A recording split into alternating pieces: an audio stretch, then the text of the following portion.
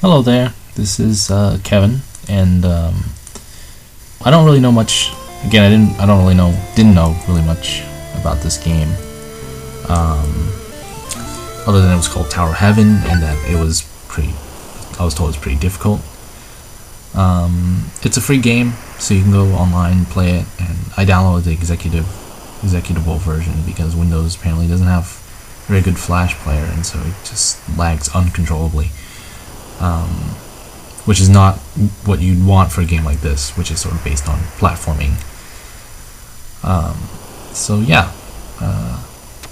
again, the interesting thing about this game is it sort of jumps you right into the gameplay. It doesn't really bog you down with a very long tutorial or introduction, or even provide one, really, which is good because most games nowadays they spend too much time, trying to teach you slowly how to play the game and without actually letting you play the game, or they run you through a tutorial level, which is kind of contrived. And there's no easier way to learn how to play a game than to start playing. And I think maybe it stems from not wanting players to feel like they failed, but there's something wrong with failing. You just make sure it's not frustrating or permanent or whatever, and you let them keep going until they get it right. And believe you me, this game is about dying a lot. So the text in this game is minimal. There's not really much to say. You're kind of this black shadow figure, and you kind of have to make it to the end of the level by avoiding dangerous obstacles and platforming, and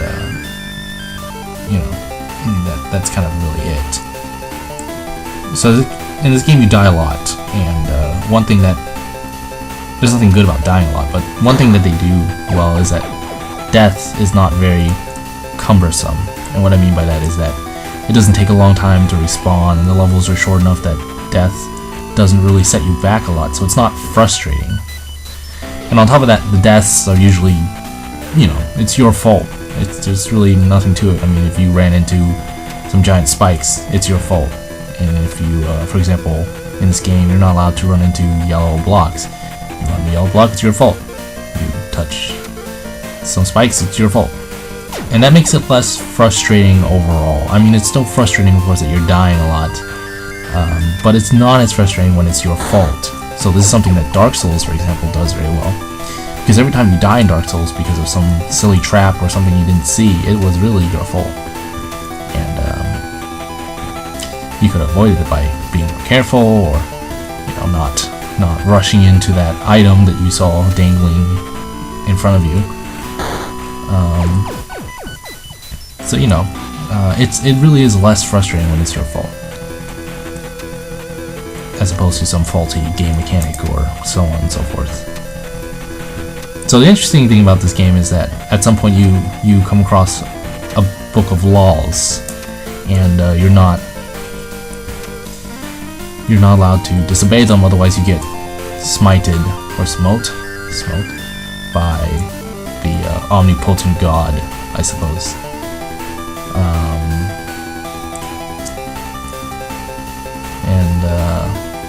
So they introduce these rules, slowly build up as you progress through the levels, and that you take them one at a time. And so again, what I was saying about teaching the player slowly, right? There's no need for a tutorial level, at least not for a game as simple as this. And I think most games aren't so complicated as to warrant an entire tutorial level. Now, if you're playing a game like a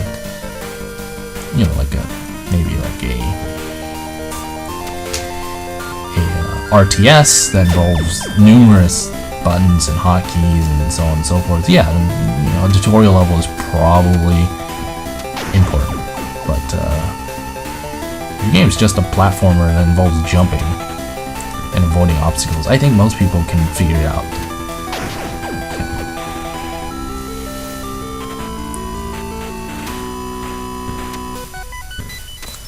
So one thing I mentioned before was that if you don't have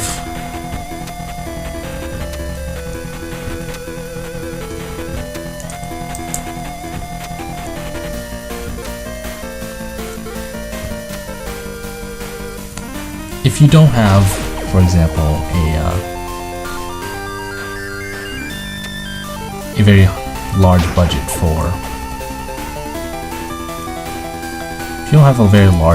for audio, something that you can do is spend all your budget on one good song that's loopable. Now, Tower Heaven doesn't have a soundtrack. It has one song that's been looping since God knows how long, and it really doesn't bother me. I don't think most people are bothered if you loop one good song and you don't notice when it loops, and it's a really catchy song, and most people aren't too bothered that you don't have many different tracks. And your mileage may vary. Obviously, if you're this Tower Heaven's not a very long game, though you do spend a significant amount of time playing it because you might die a lot. But if you don't have to touch too long of a game, it's not necessary for you to spend a lot on audio budget, especially when you just loop one song over and over and over. Video games music's designed to sort of video game music sort of designed to help you focus and not really, there's not a lot of lyrics in video game music, so it's not too important. Not to say that video game music doesn't employ the use of lyrics, because doing so is actually can be a very effective tool. So for example, Bastion was very regarded very highly for its soundtrack, and it was mostly instrumental. But for example, when you met some of the main characters, they would bring out a track that had vocals, and it was very powerful because they used it very sparingly, and so when they brought it out, it had a large impact.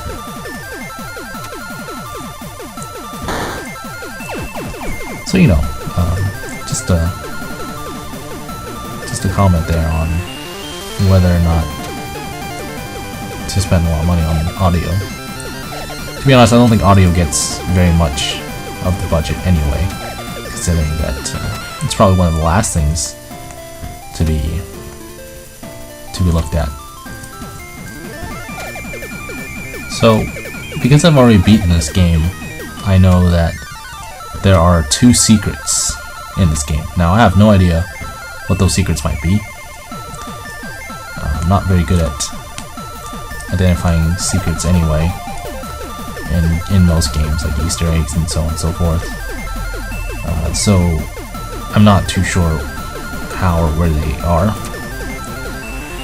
But there are 2 secrets in this game, and I think secrets are interesting because they sort of extend the gameplay a little bit. They kind of encourage you to go back, and a lot of games have New Game Plus kind of rules where they sort of encourage you to play a game again. So Dark Souls had a New Game Plus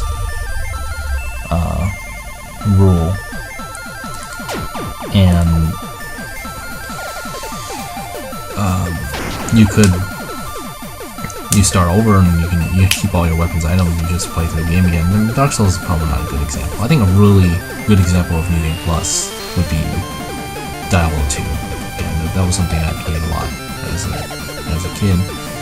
And they have in Diablo 3 they have the same thing where you have difficulty modes. So when you beat the normal mode, you come back, and you don't just come back and play the game again. You come back with the monsters are stronger. Obviously, it's the same kind of monsters. Diablo 2 made it kind of interesting because they would rename the monsters, and that was sort of a small thing, but I think the attention to detail made a significant difference, where the monsters had different names, and the items you picked up, even though they had the exact same art style as the original items, they were also renamed, and they had different stats. And the monsters that you face, are the same monster, but they have higher stats too. And I think gamers are kind of used to that, and it's actually not a problem.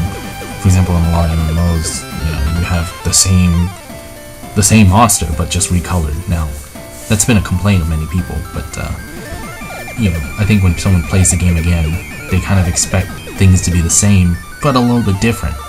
And I think renaming monsters, for example, or renaming items, or and making it a different experience, right? Like, I don't think remaking a game, making someone play the game again and not giving them a different experience is a total waste of time, and no one would do that unless they really like the game, like they like the experience and they'll keep repeating it. But when you get to my age, which is I guess mid-20s, you don't really have time to go back and play a game, even if you really liked it. Some people do. I don't, in particular, because I'd rather be spending that time playing new games. And so, replaying a game, give it something more. It doesn't have to be different, in a sense. It just has to be a different experience, right? And replayability goes through the roof.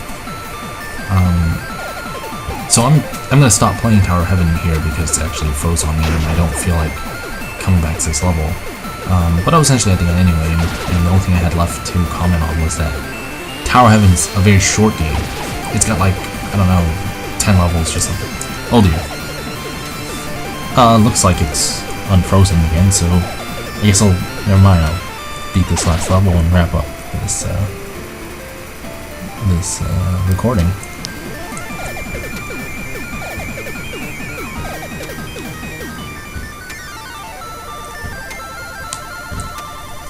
So interestingly, I don't know how this affects the gameplay, but at the very last level, I suppose, and this might be a spoiler, but this game's been out since for 5 years, I don't think. Oh, you know, with mine. At the very last level, you were given this like really difficult, like lots and lots of traps and really difficult level compared to the other ones, and but the rules that you had to follow earlier are now gone, and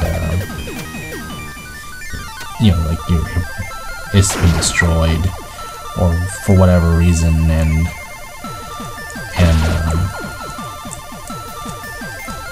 now you're kind of left to go through it, and so it's sort of, again, like, the rules were sort of getting overwhelming. And so the game got rid of them, and so now you're allowed to, for example, walk left or touch the side of blocks. And yes, there was a rule where you could not walk left, and surprisingly, a stupid rule like that, a simple rule like that, catches a lot of people, myself, I suppose, off guard, because when you're just about to reach the end. And you can jump. You can jump and move in the air. I'm not sure how that's physically possible, but you can do that. And so you can still move left by jumping.